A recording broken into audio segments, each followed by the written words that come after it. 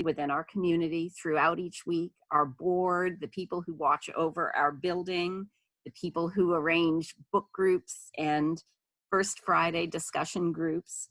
Thank you to all. Our fellowship is served by our minister, Reverend Lemery Sanchez, who deserves deep gratitude from all of us for her leadership in supporting our faith community at UUFLB. Reverend Lemery leads our service at UUFLB once a month and is also together with us on other Sundays to join us in worship. In Unitarian Universalism, we accept you for who and what you are. These words hold such deep meaning for me each time I hear them and each time I say them. At UUFLB, we are a welcoming congregation with membership open to all. Whoever you are, whomever you love, whatever it is that has brought you to join us in worship today, it is the right reason to be here. We unconditionally welcome all of you to our community of mutual caring and serious intent to grow as spiritual and moral beings. Unitarian Universalists subscribe to no single religious creed, but have gathered a set of 7 principles that guide us as we build religious community together. On this Mother's Day Sunday, our theme, Come, Come Whoever You Are, is so closely tied to our first principle. And I think the first principle is probably the one that most of us can recite by heart. As a Unitarian Universalist congregation, we affirm and promote the inherent worth and dignity of every person. If you were able to join us during the virtual coffee time before the service and for the gathering music, you had the opportunity to hear a wonderful rendition of the UU hymn, Come, Come Whoever You Are, performed by the musical trio Brother Son during the UU General Assembly held in Providence, Rhode Island, 6 years ago next month, and sung by all of the attendees who were there at the assembly. This is one of my favorite UU hymns, incorporating the words of Rumi to welcome new and old friends to our UU faith tradition. The song tells us ours is no caravan of despair. As UUs, we celebrate all of us for who and what we are. But in the back of my mind, I have always been a little bit puzzled by the lyrics. The song's second line reads, wanderer, worshiper, lover of leaving. And it seems to ask us to ponder, what is a lover of leaving?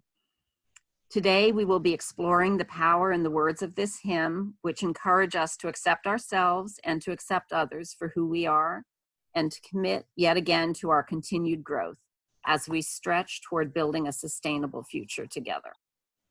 So when I listened this week to the recording of the UU General Assembly from 6 years ago, which included this beautiful recording of the hymn, I learned that the theme of the assembly that year was to make wounded whole. Love reaches out. And it struck me that this theme also fits so very well with our service this week.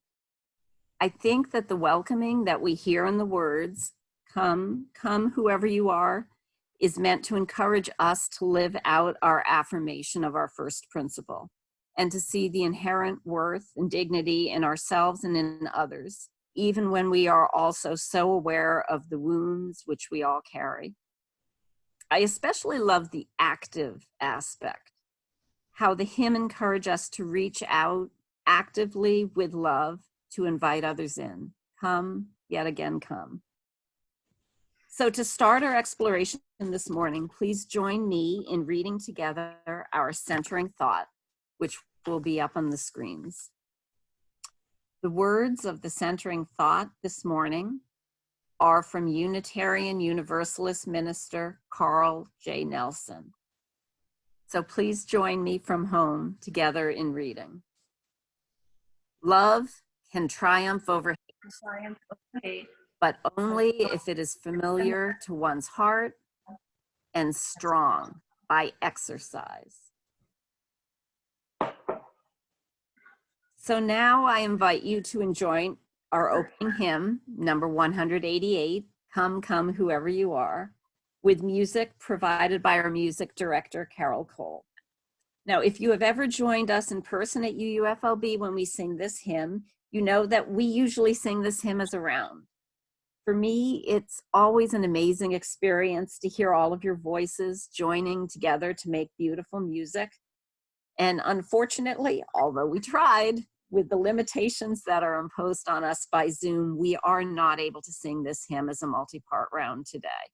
However, if you are so inspired, please join in singing from home, maybe even singing the hymn as a round with Carol or in multi-part harmony. While those of us who are joining from home will be muted during the service, this sharing of music is one of the many ways we connect as a community. So, Carol, for leading us in our opening hymn, Come, Come, Whoever You Are.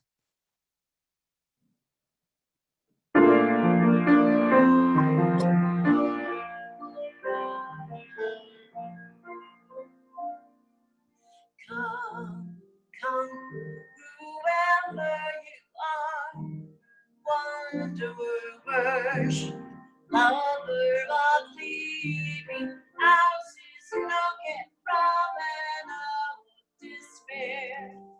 Come, yet again, come, come, come, whoever you are, come. Worship, lover of leaving houses, no caravan of despair. Come, yet again, come.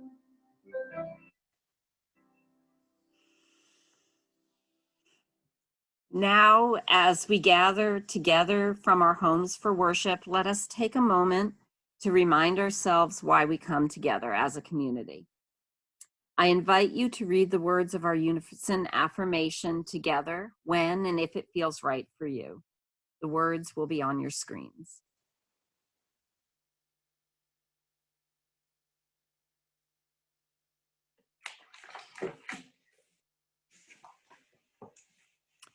May we be reminded here of our highest aspirations and inspired to bring our gifts of love and service to the altar of humanity.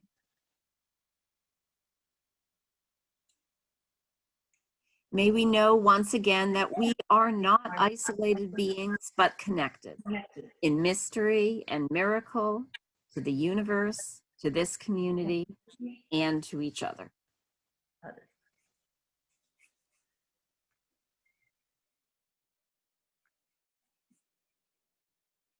And now we will have a welcome from our minister, Reverend Lee Marie Sanchez. Good morning. It's so good to see you and to be seen by you. And I'm wondering how you all are. For many of us, during this time of the virus crisis, when people say, "How are you doing?" we answer, "I'm tired. I'm very tired. I'm so tired."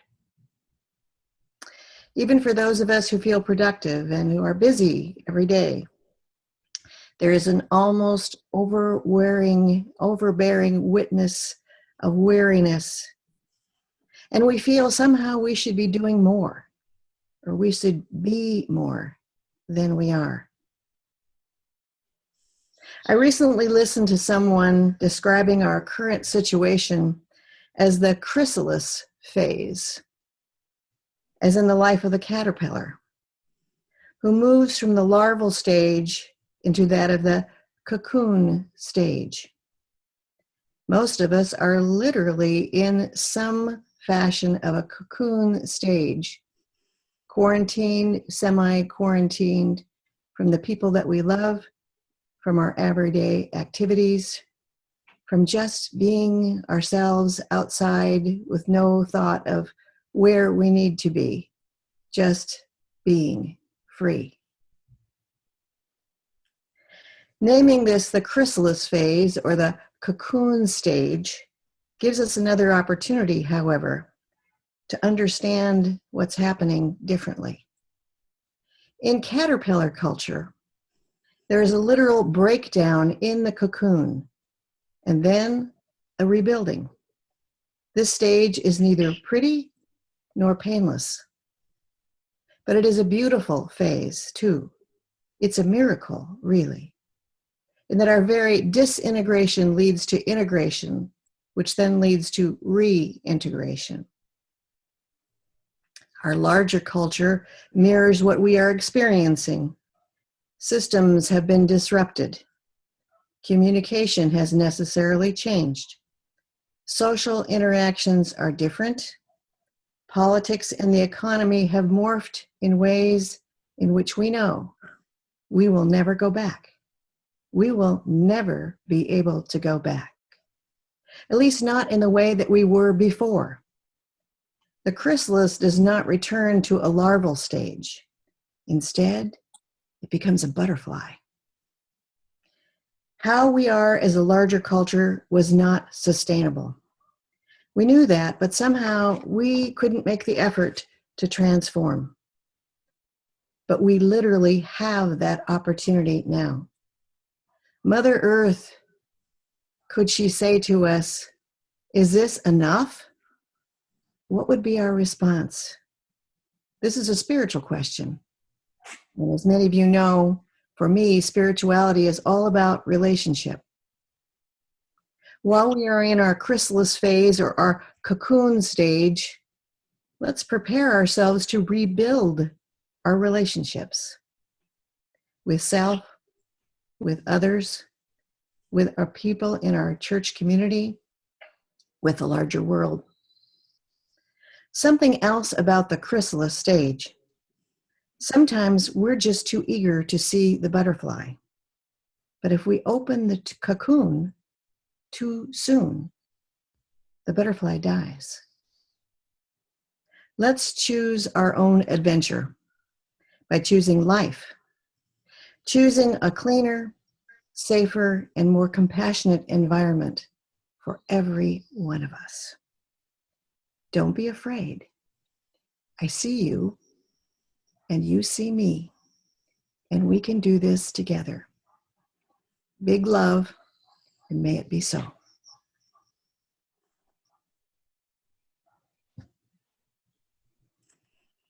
Thank you, Reverend Lee Marie. Now we will have a reading, a responsive reading today. The reading which we have chosen for this morning is a celebration of peace, written by Mohandas K. Gandhi. Many of you know that the origin of Mother's Day in America has ties to Unitarian Universalist history. In 1872, Unitarian Julia Ward Howe began advocating for the creation of a Mother's Day for Peace to be held on June 2nd of each year. And she wrote a powerful Mother's Day proclamation, inviting women to rise and to speak out and act for peace. The next year, 18 cities held such a gathering, and Bostonians continued to celebrate Mother's Day for peace for more than a decade. With the annual celebration, while it appears to have died out by the turn of the century, some years later in 1907, another woman named Anna Jarvis, in honor of her own mother, advocated for the holiday, and it was eventually established by congressional resolution in 1914. So after learning this history, I have come to closely associate Mother's Day, not so much with Hallmark cards or with flowers, wonderful as they are, but I've come to closely associate Mother's Day with advocating for peace. So for this reason, I have chosen the words of Mahatma Gandhi as our responsive reading for today. Now, Dawn is going to unmute you so that your voices can join in the responsive part of this affirmation. So I will read the words in print, and then you will read the response words in italics. Please join together with me to read, "It is possible to live in peace." If someone with If someone has vision courage and vision can rise to rise lead a nonviolent action, winter of despair can, in the twinkling of an eye, twinkling of an eye, turn into a summer of the hope. summer of hope. Now please respond together. Possible It is possible It is possible to live to in live in peace. peace. Nonviolence is not a garment to put on and off at will. Its seat is the heart, and it must be an inseparable part of our being. Of our being. It is It is impossible to live in peace. Live in peace. Nonviolence, which is a quality of the heart, cannot come by an appeal to the brain. It is a plant of slow growth, growing imperceptibly, but surely. It is impossible to live in peace. If a single person achieves the highest kind of love, it will be sufficient to neutralize the hate of millions. Of millions. It is possible to to live in peace. If we are to reach real peace in this world, and if we are to carry on a real war against war, we shall have to begin with the children.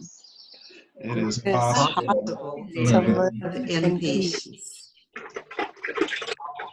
The future depends on what we do in the present. It is possible to live in peace.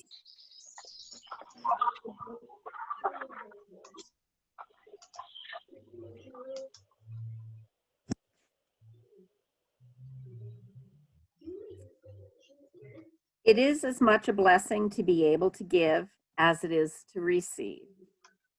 In this self-governing and self-sustaining community, we recognize that it is a responsibility to do both and to do both well. And I think Dawn is going to be bringing up our offering slide while I explain it, and potentially I put it in the wrong place in the PowerPoint. But I think he'll be able to bring it up for us. Thank you, Dawn. During this time, while we are not able to gather in person, our caring and generous community continues to be empowered by the many gifts of those who join in covenant with us. The gifts of service, trust, collaboration, patience, humor, compassion, curiosity, our time, and also our financial contribution, which allows the fellowship to continue to meet its financial commitments and to continue to support our community and beyond.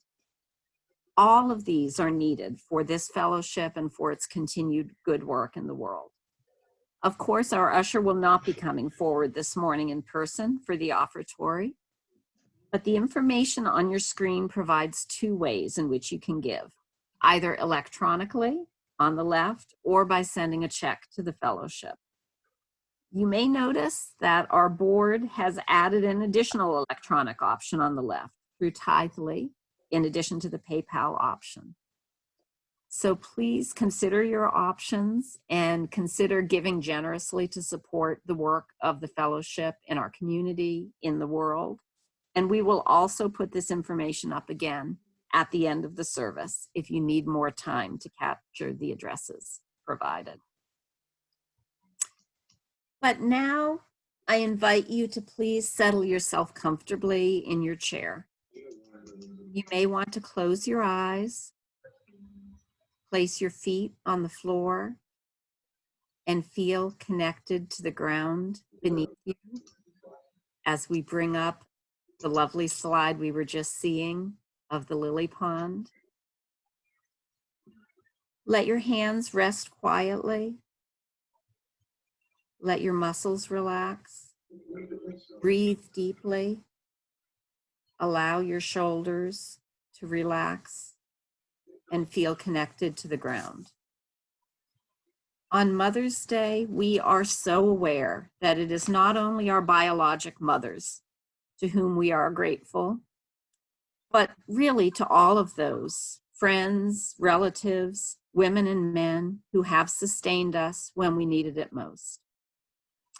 Today, while I know that many of us will find a way to connect with all of these important people in our lives, I also know that there are others who have suffered the recent loss of loved ones or who will not be able to connect because of distance or the difficulty in communicating over remote connections.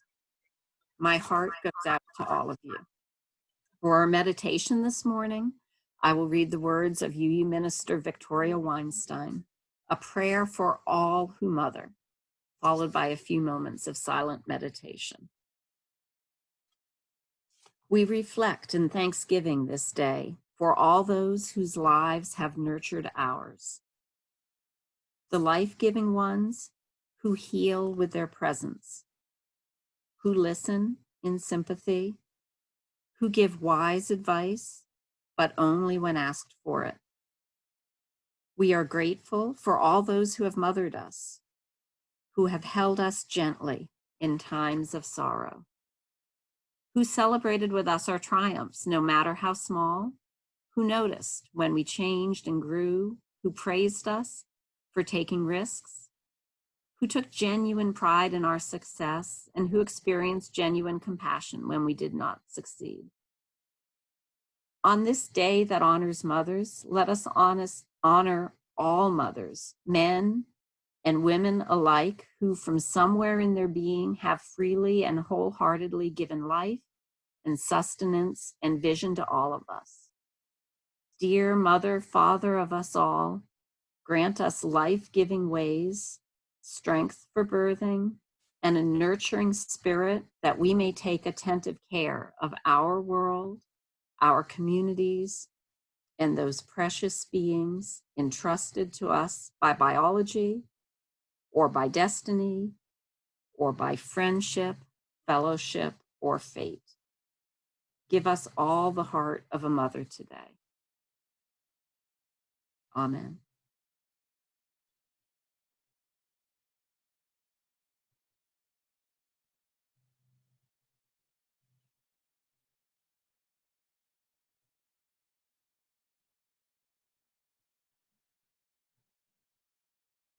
And now, as we come out of meditation, we'll consider again the words of the hymn that we've heard sung today.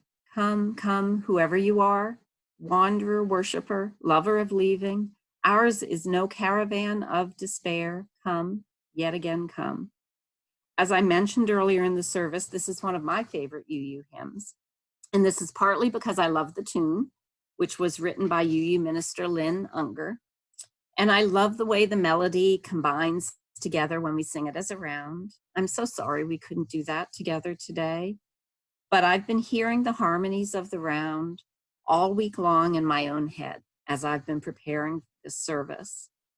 And in addition to loving the music, I also love this hymn because I love the words, which seem to me to embody the welcome that we do extend to old and to new friends within our UU faith tradition. The welcome that we extend to those who are members and visitors at UUFLB. The hymn incorporates the words of Rumi, a 13th century Persian poet, Islamic scholar, and a Sufi mystic. His writings have been translated into many languages, and his work is read widely throughout the world. In one of his greatest poems, the Maslavi, he describes the universal nature of love, and he taught the importance of using music, poetry, and dance to reach the divine, and the importance of being of service to the whole of creation. While he was an Islamic scholar and a devoted one, his work also emphasizes unity across all of humanity, and so perhaps it isn't surprising that his words have formed the text of this favorite UU hymn. So this week, I've been looking more closely at the words of the hymn. Now, if you count them, which I did last night, there are only 19 words, but they pack a lot of meaning. Come, come, whoever you are. All are welcome here. Wanderer, worshiper, even those who are just wandering by are welcome, or those who maybe only want to visit once, or those who are looking for a place to worship or a place to contribute to community, or those who come in out of curiosity, like I know some of us did, those who stay only for a while and then maybe come back yet again on another day. All of these wanderers and worshipers are welcome. Ours is no caravan of despair. Now, certainly as a UU fellowship, we acknowledge that there is deep need in our local communities and in the world, and we commit to working together to making a difference. We do not deny that there is despair in the world, but ours is not a caravan of despair. We commit to reaching out with joy and with love. And as in our centering thought from today, we commit that love can overcome hate, but only if we make a practice of being welcoming and of exercising our ability to love, so that this radical love, which can overcome hate, becomes familiar to our heart and becomes strong because of the opportunities we take to exercise our love. So for me, the words of this hymn speak very deeply to our soul. But in the back of my mind, I have always also been puzzled. In addition to loving the music and the harmony of the hymn and the overall sense of the lyrics, I find myself also thinking about the individual phrases. Our dear friend, Barbara Williams Pemberton, always told us to think about what we are saying, to think about what we are singing, and to sing the words with meaning. And so this has brought me to wonder about the second line of wonder about the second line of the hymn: wanderer, worshiper, lover of leaving. What on earth is a lover of leaving? In my explorations this week, I've come to think a lot about a phrase from Rumi, which is not included in these main lyrics of the hymn that you're seeing on the screen. The translation of the original poem includes the phrase, "Though you've broken your vows 1,000 times, come yet again come." These words are on the colorful graphic that now we're also seeing on the screen. And in fact, Lynn Unger wrote a beautiful descant, I guess really an ostinato part to this hymn, which can be sung below the main melody and repeats these words 3 times for emphasis. Though you've broken your vows 1,000 times, though you've broken your vows 1,000 times, come, yet again come. So maybe when we are all together again in person, in addition to singing the hymn as a round, maybe we can try singing it with this beautiful counterpoint.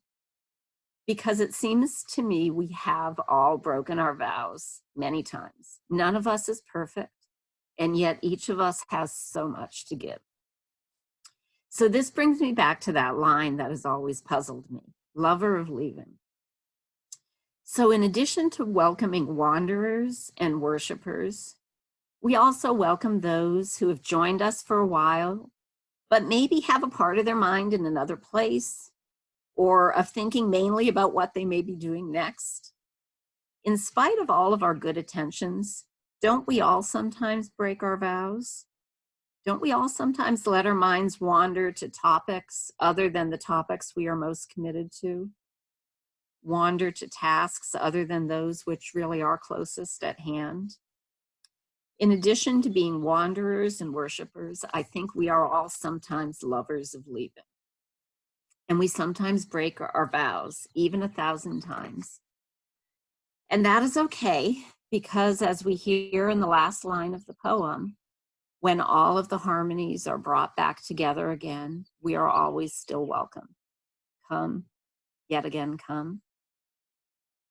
So through all of my reflections on this short little 19-word hymn, I've decided that is why it is so meaningful for me. It encourages us to accept ourselves and to accept others for who and what we are, with all of our imperfections, and to commit yet again to our continued growth as we stretch toward building a sustainable future together. So it's amazing, isn't it, how much there is to think about in the simple words of a favorite hymn, how these words from the 13th century, I think, really do relate so well to all that we are experiencing today. So thank you again. Thank you all for joining us at UUFLB this morning. Now, as we conclude our worship service, we will extinguish our chalice. We extinguish the flame but we keep its light in our hearts with its message of community, love, and justice, taking it out into the world in which we live, even in this time while we're keeping physical distance from one another so that we can keep each other safe.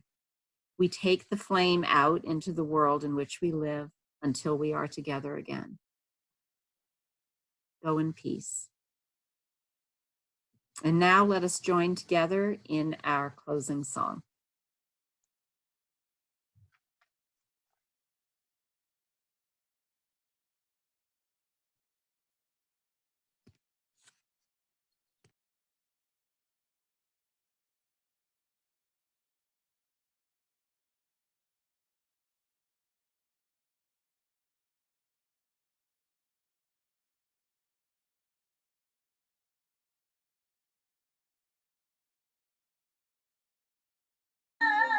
To be the earth as our mother, we are family. Let us walk with each other in perfect harmony. Let peace begin with me. Let this be the moment now.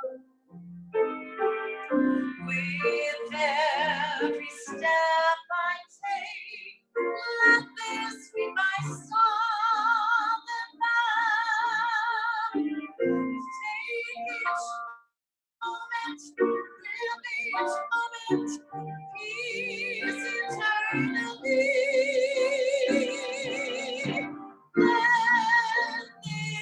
Let it be a summer, let it begin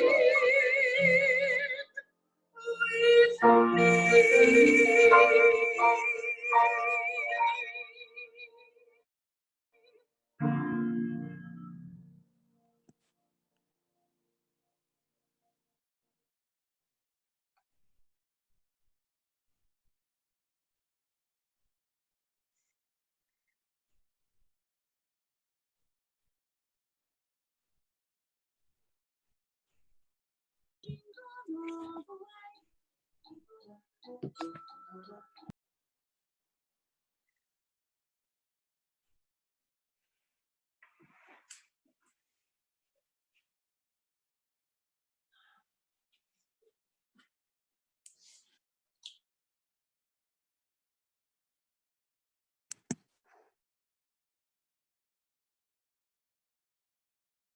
Thank you again all for joining us today. And now we can join together for our virtual coffee hour following the service.